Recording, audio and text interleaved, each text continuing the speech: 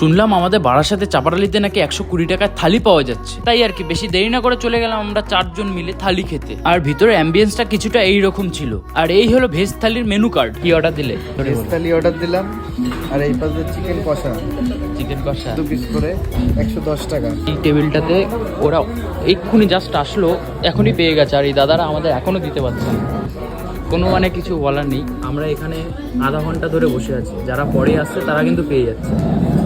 আর এখানে already table দিয়ে দিয়েছে, মানে প্লেট দিয়ে দিয়েছে। আর এখনও ওরা বলছে সিরিয়ালের নাম্বারই আসেনি আমাদের, কোনো রেসপন্স করছে না। বলছি তো এতক্ষণ ধরে, আর বলবো কতক্ষণ ধরে বসে আছি বলো আমরা? আধা ঘন্টা হয়েছে। ওই খাও খাও খেতে এসছি নাকি?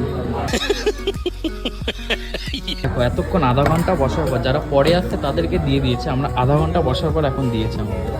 তো যাই হোক, থালিটা কিন্তু বেশ বড়।